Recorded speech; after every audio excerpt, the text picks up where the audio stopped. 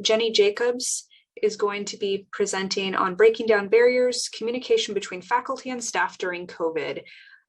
So Jenny, are you ready for me to hand it over? Yes. Fantastic, thank you. Here we go. Awesome. So hello, everybody, and welcome to my presentation on communication during COVID. And I'm looking specifically at the breakdown of communication between staff and faculty in the library. So this is my previous library. I now work at Texas Tech. And how at that time, I tried to bridge the gap that we had via a little social hours during the workday. There we go. Okay, so I found this quote during some of my research, and I thought it was really interesting. You know, the best morale exists when you never hear a word mentioned. And I feel like now more than ever, we're talking about morale a lot more because we're realizing burnout and, and add-on duties when people leave and everything like that. And so the morale, I think, during COVID definitely went down a lot.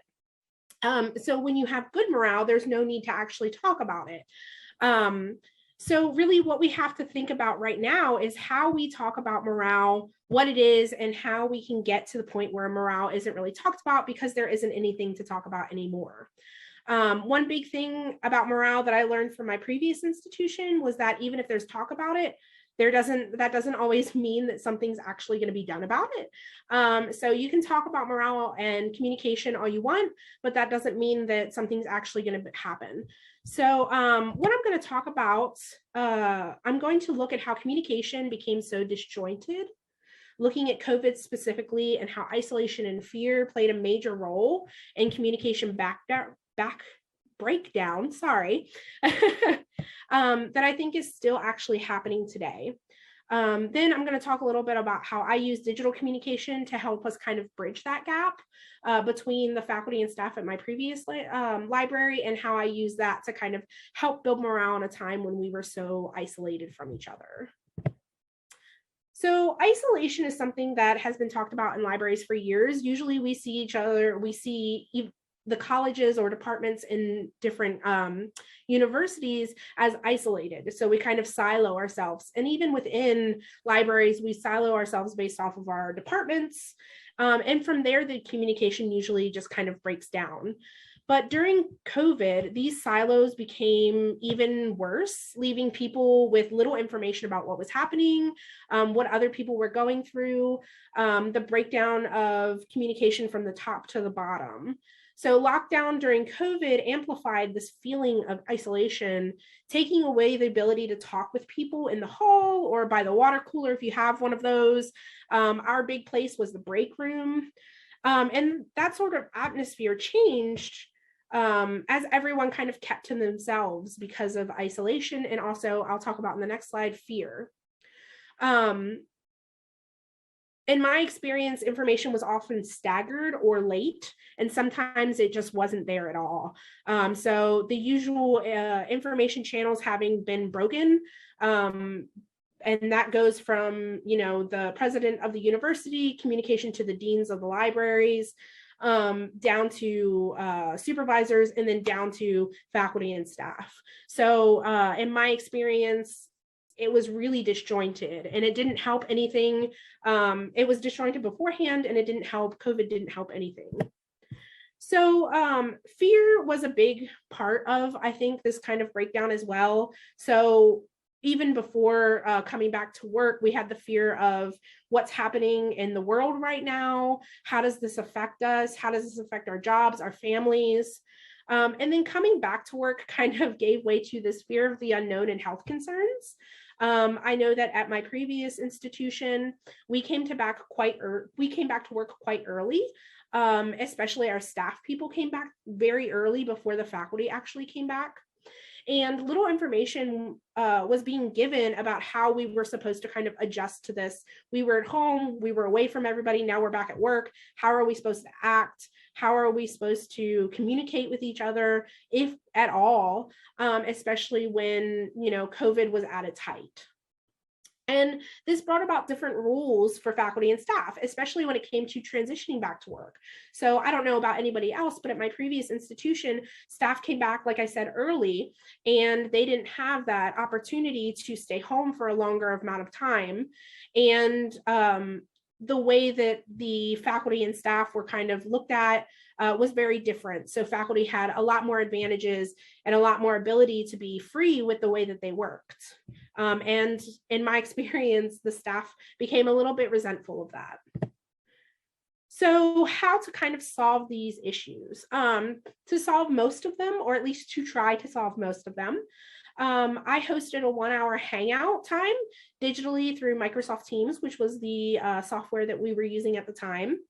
And during these 1-hour hangouts, it evolved from chatting to games but really it was just an hour to where anybody can come. It was during the lunch hour. So if staff were on their lunch break, they could come.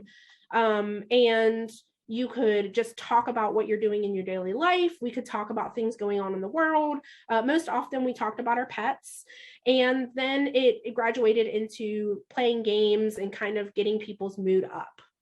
This hour was a great way to kind of boost or build morale between faculty and staff, and it was a great place to kind of share information. So unfortunately, at my previous institution, information was kind of given out in pockets. And so this was kind of a time to come and say, well, I heard this is going on. What did other people hear? And the great thing about it was that we had supervisors, department heads coming in to this time and being like, listen, this is the information we have. And so it kind of reassured people and kind of helped build that bridge between faculty and staff that had kind of been that gap that had kind of been started even before COVID. 1 minute left. Thank you. So if you want to host your own weekly happy hour, I highly encourage it. I did it between 11 and 12 or 12 and 1 o'clock. So I used online games like Jackbox to improve the morale among the library. You can change up what you're doing and host a chat, like I said, where people can talk about what they're doing. A lot of times it was with our pets or what they were doing to keep themselves occupied while at home. And then one major thing I learned from this hour was the bridge built between faculty and staff during this time of turmoil. And so I didn't really realize it until I started hosting this hour that there was such a gap between us. So thank you everybody for coming. Here's my information if you'd like to talk about this or any ways that you tried to build morale, and I'm happy to take questions.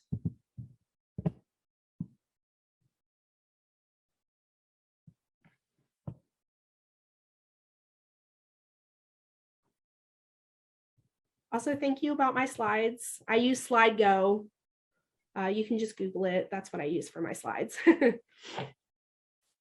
So how was the turnout? The turnout was really, really good in the beginning. I was getting probably about 10-15 people, which was really big. Our library, the library I was previously at, only had about 60 some odd people working there.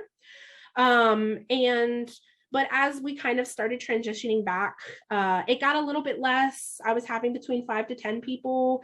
And before that, after that, I was forced to stop by administration. So I think the least amount of people I ever had was like 3. And it was probably some of the best conversations I've had with my coworkers. So it was really great to kind of get that interaction that I hadn't been able to have. Let's see, what did I miss? April asked if the hour was hosted during regular work time. It was, yes. It was hosted during regular work time. And like I said, it was usually during lunch. I tried to compensate for the staff people that especially were on the desk and wouldn't be able to come. So I fluctuated between 11 and 12 or 12 and 1 p.m. To kind of get everybody that was able to come if they wanted to come. And having the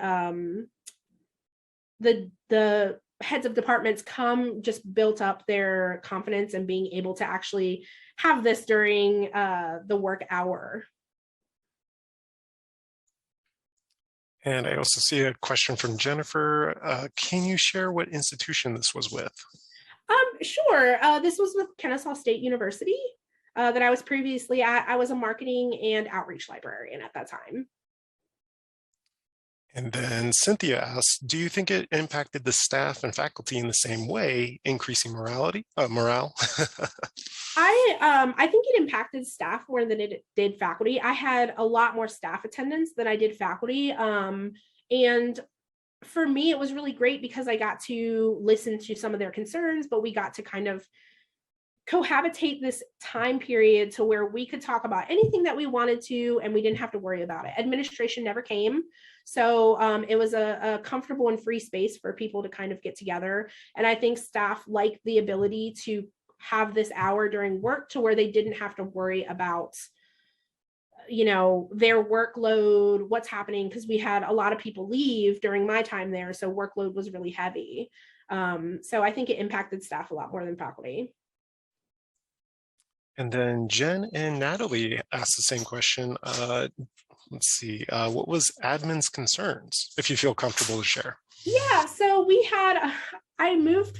played a lot of different games. So I played Jackbox, I played a lot of online games with them, and I can share them if you'd like. I'll have to look them up again.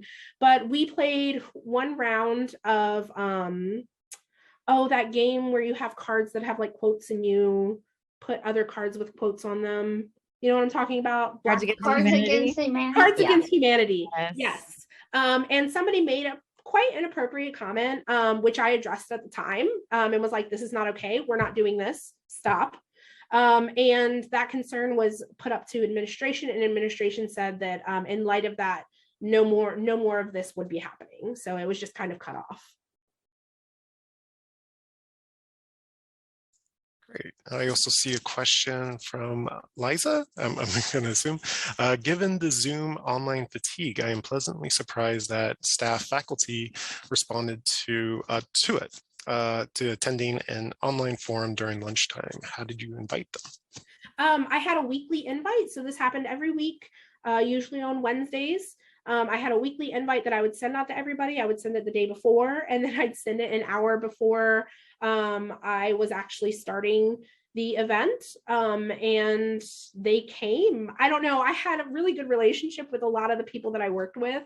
And so I hope that I made it as comfortable for them as possible to come and, talk or play games and stuff like that. So honestly, I was surprised with how much turnout I got to, but it was a great way to just hang out with friends during this time and be able to just relax. That's awesome. Linda also asked, when you were doing this, was staff mostly on site and faculty less on site? Yes. So I came back, so I was under one of administration, so I came back much earlier than a lot of the faculty did. So staff started coming back, and then it was required for me to come back at the same time. So we were on site most of the time, and then faculty they had more freedom to be at home for, either the whole time or only come on once or twice a week, come on to campus once or twice a week. This wasn't a question, but Esther did say, yes, please do share those online games. Thanks. I will, yes. Let's see. Do you see a couple comments? Jennifer commented, maybe a better way would be to host it in a platform where people could join using a screen name for some anonymity. Yes, yeah, that was a good idea. I had thought about how to make it more accessible for people after that incident happened, which I reported as well, just to let people know. So I was looking for another platform for us to kind of be able to have that anonymity. I don't know how to say that word. So they could be anonymous. After I had started looking into it, administration already cut it. So also, if you want to unmute yourself, you can go ahead and do that, Natalie. So I'm really glad to actually be hearing this presentation. I was really looking forward to listening to it. So during the pandemic, we have a group at our library called Healthy Workplace Working Group. And since we usually do activities online, like salad days, we have soup days, and we've created our own recipes. But when the pandemic started, we were having to create online places to just hang out. And actually, it's the same thing with you. It worked really well. We have we have 4 libraries, but we have 2 libraries on 3 libraries on campus, sorry. And our reference department is about 12 people, and it got me to get to know the science library people a lot better. And games were a big hit. Game and quizzes. We Nicole Arnold, she's on here too, and she was like the Harry Potter queen.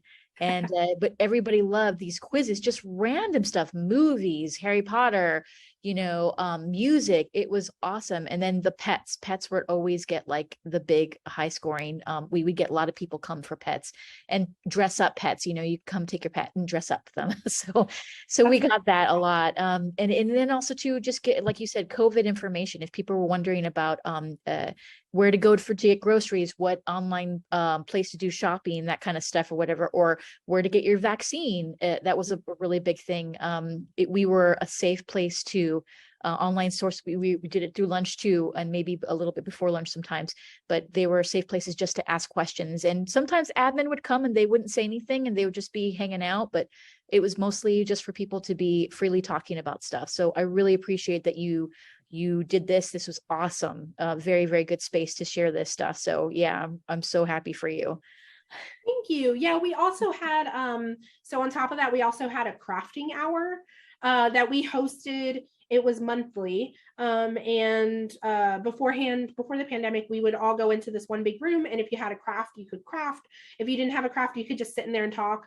And so that actually went online as well.